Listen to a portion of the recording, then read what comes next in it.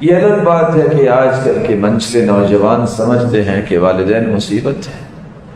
کاش انہوں نے صحیح بخاری اور مسلم کی روایت پڑھی ہو کہ دنیا جہان کی کٹھن مصیبتوں سے نکلنے کا سب سے آسان راستہ ہے تو والدین کی خدمت ہے۔ روایت کے الفاظ ہیں بینما ثلاثۃ یمشون، بینما ثلاثۃ نفر یمشون، 3 لوگ جا رہے تھے، بارش آئی، دوڑ کے غار میں چلے گئے، لمبی حدیث۔ ایک پتھر اوپر سے لڑکتا ہوا آیا، اس نے غار کے منہ پہ آ گیا اور غار بند ہو گیا۔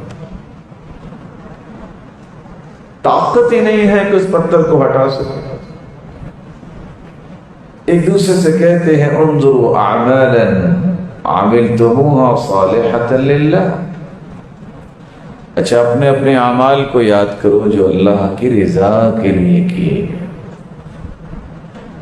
وہ اللہ کے سامنے پیش کرو تاکہ ہماری جان بخشی ہو جائے۔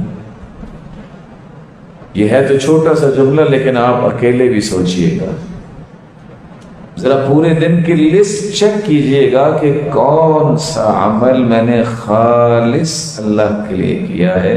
آپ کو خود سمجھ آئے گی کہ کتنے اعمال، اگر دل زندہ ہے۔ کبھی نکلے گا کہ فلاں کی وجہ سے فلاں ناراض نہ ہو جائے، فلاں راضی رہے، خالص اللہ کی رضا کے لیے عمل۔ ایک شخص نے اپنا عمل پیش کیا، الہ العالمین میں نے ایک شخص کو اجرت پہ رکھا، ناراض ہو کے چلا گیا، میں نے اس کی اجرت کی تجارت کی، حتیٰ کہ بکریوں کا ایک ریوڑ بن گیا۔ اسے پھر ضرورت آئی، وہ آ کے کہتا ہے کہ میری اجرت دو، تو میں نے اسے کہا یہ جو بکریوں کا، یہ جانوروں کا ریوڑ ہے، یہ آپ کا ہی ہے۔ اس نے کہا مذاق کر رہے ہو؟ میں نے کہا نہیں، تیری امانت تھی، اللہ میں نے تیری رضا کے لیے پورے کا پورا ریوڑ اسے دے دیا۔ پتھر تھوڑا سا پیچھے ہٹ گیا۔ دوسرا کہتا ہے الہ العالمین میں گناہ کے بالکل قریب تھا، جب میں نے یہ بات اس عورت سے سنی لا تفض الخاتم الا بحقها، اللہ سے ڈر جاؤ، الہ العالمین میں نے پیسے بھی نہیں لیے، گناہ بھی اس لیے چھوڑا تیرا خوف آ گیا، اگر تیری رضا کے لیے میں نے ایسا کیا تو مصیبت سے مجھے نجات دے دے۔ پتھر اور پیچھے ہٹ گیا۔ تیسرا شخص کہتا ہے اللہ میں روزانہ جب بھی آتا تھا دودھ لے کے تو سب سے پہلے والدین کو پلاتا تھا،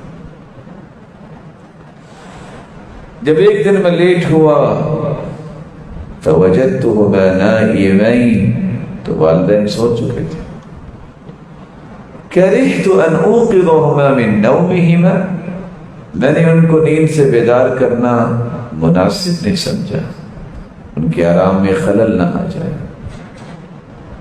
والصبیۃ یتزاغون عند قدمی، بچے میری ٹانگوں کے ساتھ لپٹتے رہے کہ ہمیں دودھ دیا جائے، میں نے دودھ نہیں پلایا، جب تک کہ صبح نہیں ہوگی پہلے والدین کو دیا۔ الہ العالمین اگر تیری رضا کے لیے میں نے والدین کو یہ مقدم کیا ہے تو ان پریشانیوں سے آزاد کر دے۔